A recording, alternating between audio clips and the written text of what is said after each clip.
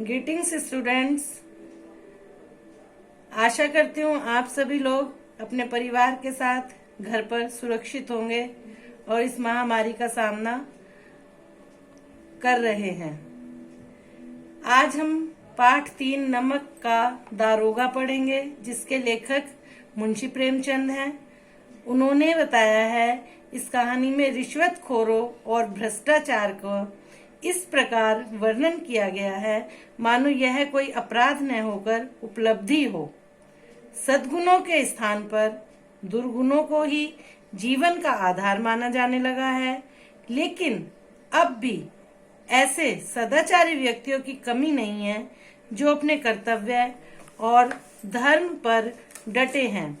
आज भी ऐसे पारखी हैं जो ऐसे अमूल्य रत्नों को अपने खजाने की शोभा बनाना चाहते हैं। आइए मिलें ऐसे व्यक्तियों से। वशीधर का नमक का दारोगा बन जाना। इस पाठ का मुख्य पात्र है वंशीधर, जो दरोगा बन जाता है। अपने कर्तव्य पर अडिग यह नौजवान पंडित आलोपीदीन की गाड़ियों को पकड़ता है, जिसमें तस्करी का नमक है। तस्करी मीन्स दूसरे देशों में भेजना।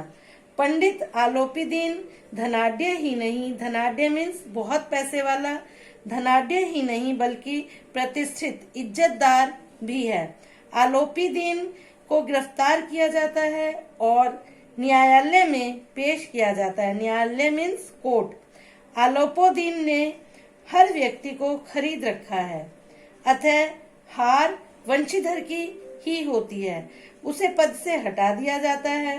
पंडित आलोपीदीन धनाढ्य होने के साथ साथ गुनाहग्राही भी, गुनाहग्राही मीन्स गुनाह करने वाला है। वह वंशीधर के घर जाता है और उसे अपनी सारी संपत्ति का स्थायी मैनेजर नियुक्त कर लेता है। वंशीधर का परिवार ऋण मीन्स कर्ज के बोझ में दबा था। उसकी बहनें विवाह योग्य हो गई थी। उसके पिता ने सीख दी कि नौकरी के ओहदे की तरफ ध्यान न दे, ऐसा काम ढूंढे जहां ऊपरी आय मीन्स कमाई हो, ऊपरी आय की बहता हुआ स्रोत होती है। वंशीधर नामक विभाग के दरोगा पद पर आसीन हो गए। उन्होंने अपनी ईमानदारी, कार्यकुशलता और उत्तम आचार से अफसरों का मन मोह लिया। गाड़ियों में नमक के ढेले थे और उन्हें कानपुर ले जाया जा रहा था। पंडित आलोपीदीन के पास रुपए पैसे की कमी नहीं थी। वे इन्हीं पैसों की बदौलत सारे गलत और सही काम किया करते थे। उन्हें विश्वास था कि लक्ष्मी उनके सारे कार्य सिद्ध करेगी। सिद्ध मीन्स पूरे करेगी। जब अदालत में जाते समय आलोपीदीन की स्थिति दयनीय थी। हाथों में हथकड़ियां पहने अदालत की तरफ जाते हुए लज्जा से उनकी गर्दन झुक गई थी। उनके हृदय में ग्लानि और क्षोभ भर आया था।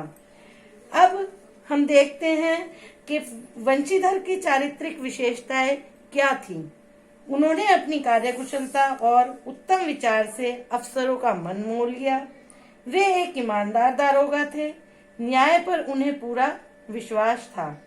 मुवत्तिल की खबर पाकर वे निराश अवश्य थे, परंतु अपने सच्चे गुणों पर आस्था रखते थे। वे एक उद्दंड, कठोर तथा धर्मनिष्ठ व्यक्ति थे। वहीं आलोपीदीन की चारित्रिक विशेषताएं इस प्रकार हैं। वे अपने इलाके के सबसे प्रतिष्ठित जमींदार थे। प्रतिष्ठित मीन्स इज्जतदार। धन की देवी लक्ष्मी पर उन्हें पूरा भरोसा था। अपने इलाके में आए अंग्रेज अफसरों को जो शिकार खेलने आते थे, उन्हें मेहमान बनाकर रखते थे। उन्हें योग्यता और विद्वता की अच्छी परख थी।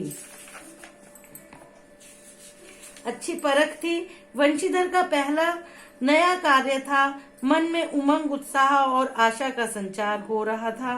कार्य का स्पष्ट था और ईमानदारी से करने के लिए मन में उमंग भरी हुई थी। धन के प्रति लोगों के मन में आदर होता है, लोभ लालच होता है।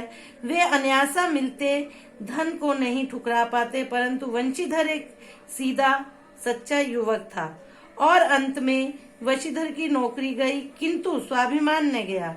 कार्य के प्रति ईमानदारी बरतने का गर्व न गया, किंतु अब अलोपीदीन के सद्भाव, पश्चाताप और लज्जा के सामने वे पिघल गए। अपनी गलती पर हृदय से शर्मिंदा अलोपीदीन को वंशीधर ने माफ कर दिया। अब हम नेक्स्ट क्लास में इसके क्वेश्चन आंसर्स करेंगे।